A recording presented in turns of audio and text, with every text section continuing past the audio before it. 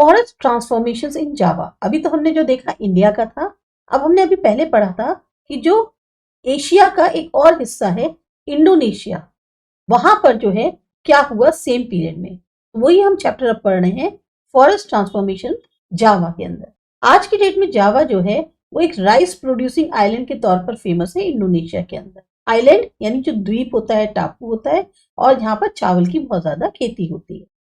पर एक जमाना था जब जावा जो है पूरी तरह से जंगलों से घिरा हुआ था। जो कॉलोनियल पावर थी इंडोनेशिया में वो मेनली थे डच। और हम ये भी देखेंगे कि बहुत सारी आपको सिमिलरिटीज देखने को मिलेंगी, खास तौर से जो जंगल कंट्रोल करने के कानून थे, चाहे इंडिया में हो चाहे इंडोनेशिया में, दोनों जगह काफी ज्यादा समानताएं थी। जावा वो जगह है इंडोनेशिया में जहां पर डच ने फॉरेस्ट को मैनेज करना शुरू किया। ब्रिटिशर्स के जैसे वो भी चाहते थे कि उनको लकड़ी जो है वो जावा से मिले ताकि वो अपने शिप बनवा सके। 1600 में जो पॉपुलेशन थी जावा की वो लगभग 3.4 मिलियन थी। कई सारे गांव थे जो उनके फर्टाइल मैदानी इलाके थे, वहां पर कई सारे गांव थे, लेकिन बहुत सारे ऐसे समुदाय भी थे जो पहाड़ों में रहते थे और वहां पर शिफ्टिंग कल्टीवेशन को प्रैक्टिस करते थे। शिफ्टिंग कल्टीवेशन हम पहले चैप्टर से लेके काफी बार रिपीट कर चुके हैं, पर फिर एक बार बता देते हैं। शिफ्टिंग कल्टीवेशन का मतलब हुआ स्लैश एंड बर्न को कहते हैं, या स्वीडन एग्रीकल्चर।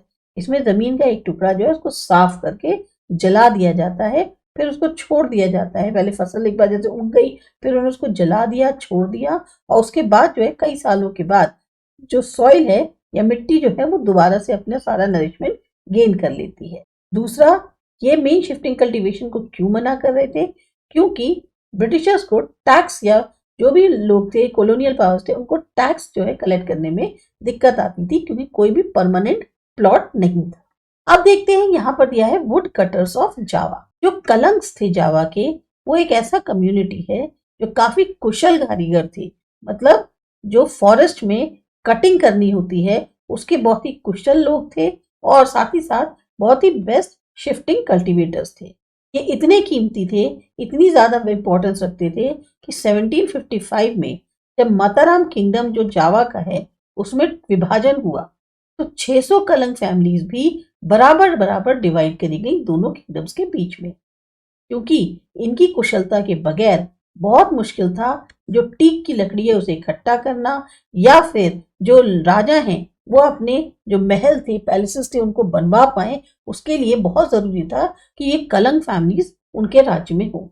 जब डच ने जो है कंट्रोल हासिल करना शुरू किया जंगल के ऊपर 18th सेंचुरी में, तो सबसे पहले उन्होंने कोशिश करी कि जो कलंग्स हैं वो उनके अंडर काम करें। 1770 में कलंग्स ने इनका विरोध किया, और ऐसे में उन्होंने जो डच फोर्ट था जुआना में उस पर हमला बोल दिया, लेकिन इनकी ये जो बगावत थी उसको दबा दिया गया। सप्रेस मींस उसको दबा दिया गया।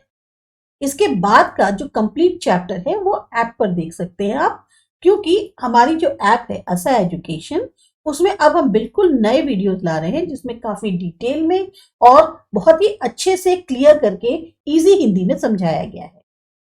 अगर आपको लगता है कि आपको उसमें कोई डाउट है, कोई क्वेरी है, तो आप जो है डायरेक्ट मैसेज करके उसका उसी टाइम पर आंसर ले सकते हैं।